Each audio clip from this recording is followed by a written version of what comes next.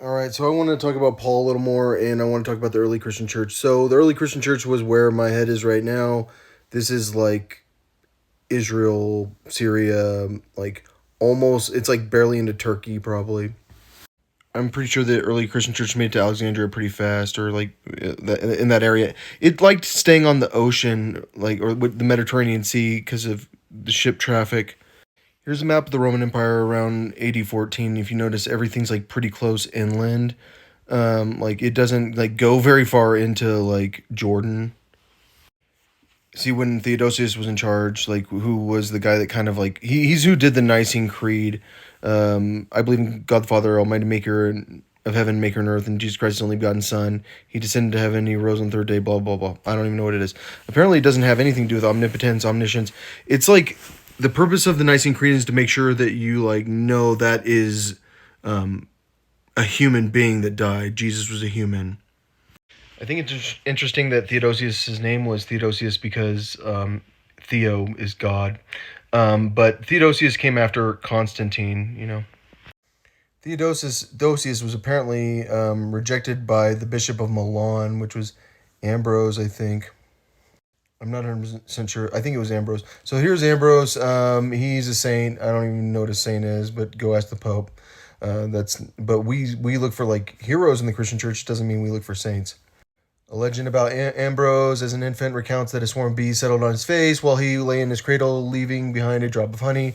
His father is said to have considered this a sign of his future eloquence and honeyed tongue. Bees and beehives often appear in saints' symbology.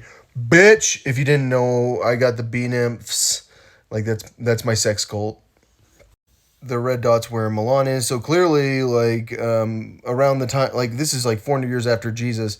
Clearly, like the Roman Empire was that like into Italy. I mean, it's not. I mean, it's not a surprise. I mean, considering it's from Rome and Milan's like the nicest part of Italy. So when Paul goes to like the Corinthians and Corinth, right where the Oracle of Delphi is, and he's like, I mean, me and Apollo, we're both just like. It sounds like he's saying like we're both like prophets, you know.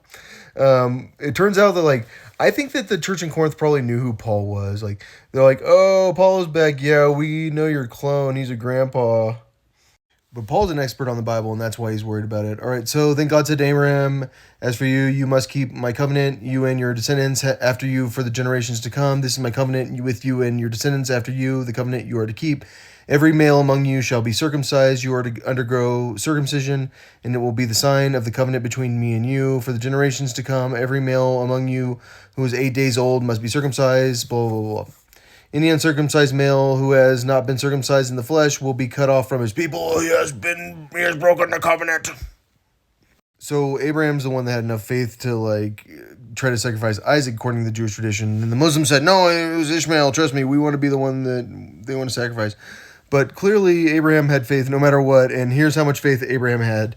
On that very day, Abraham took his son Ishmael and all those born in his household or bought with his money, all his slaves also, every male in his household, and circumcised them as God told him.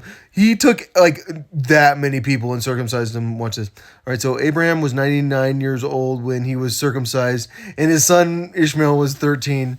Abraham and his son Ishmael were both circumcised on that very day, and every male in Abraham's household, including those born in his household or bought from a foreigner, was circumcised with him. Dude, that's a lot of people getting circumcised.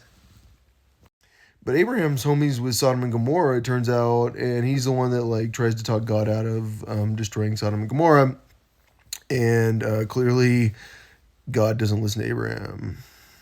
So, what does the Hebrew Bible say was the reason that God killed everyone in Sodom? Let's go with the New American Standard on this. "Behold, this was the guilt of your sister Sodom. She and her daughters had arrogance, plenty of food, and carefree ease, but she did not help the poor and needy." So it wasn't the like sexual assaults, which like is something that like I don't. That's something you would want to like get across to like the Middle East. Like the sexual assault thing is not on the list, but it is almost there.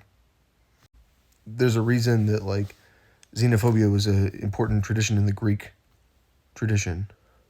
So the pink in the middle, Athens, is the Greek tradition.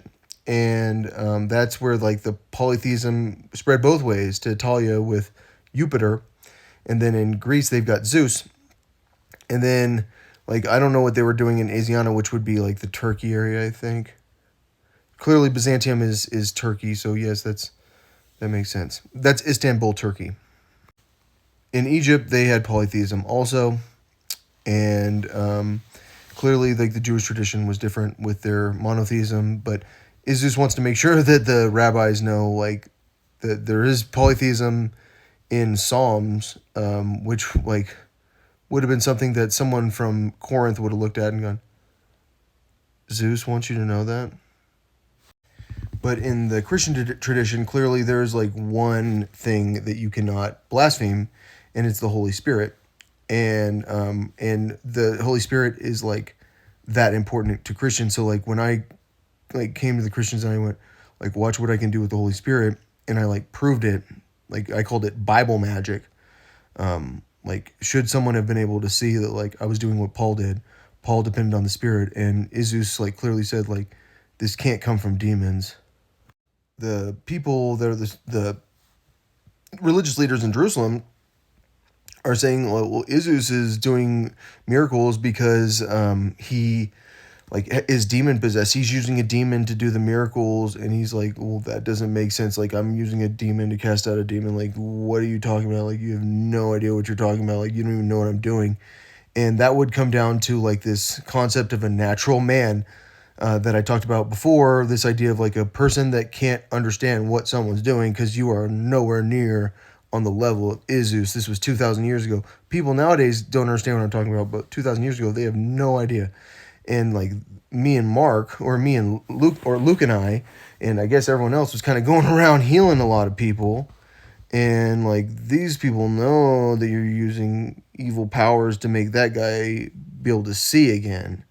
But clearly, like in the Christian tradition, there's only one real unforgivable sin. It's not blaspheming the Pope, because clearly, like the Pope has excommunicated the Pope. I promise. Like if you study the Christian Church, what's the history of the Christian Church? The Pope's excommunicating the Pope.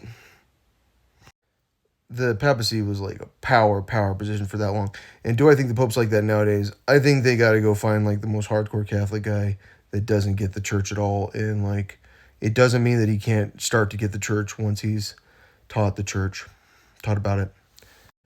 So the church was focused around like the Mediterranean Sea initially. Like, because when you talk about like, you'll find someone from Hippo, like who's like a famous writer. And then you'll like, who is it? Augustine, he's from like North Africa. And so like there are all these bishops from Alexandria, Clement from Alexandria, I think.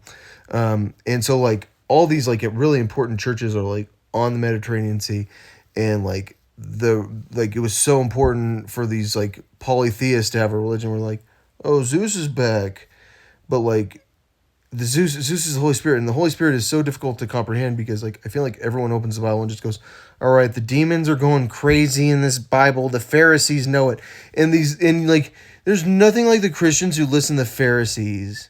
Like, you don't understand, the Pharisee knows that guy's demon possessed. He's blind. Isus says it's a sin to say that guy's demon possessed. Trust me, it's the demons. Ask the Pope. Which I'm not talking about the Pope. I'm talking about the Pope's friend, probably.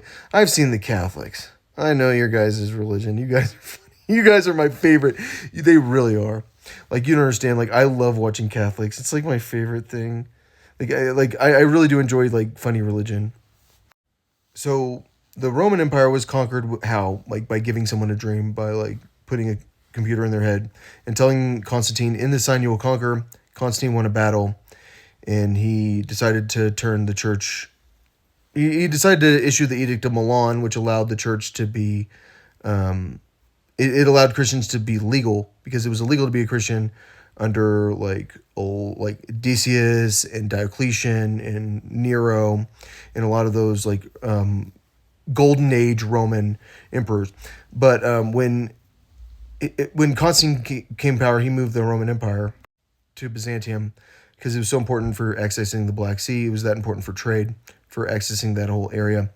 And that was the end of the Roman Empire, basically. I think it was the actual end of it. Like pretty much, once the money was gone, it was in. It was like 200 years.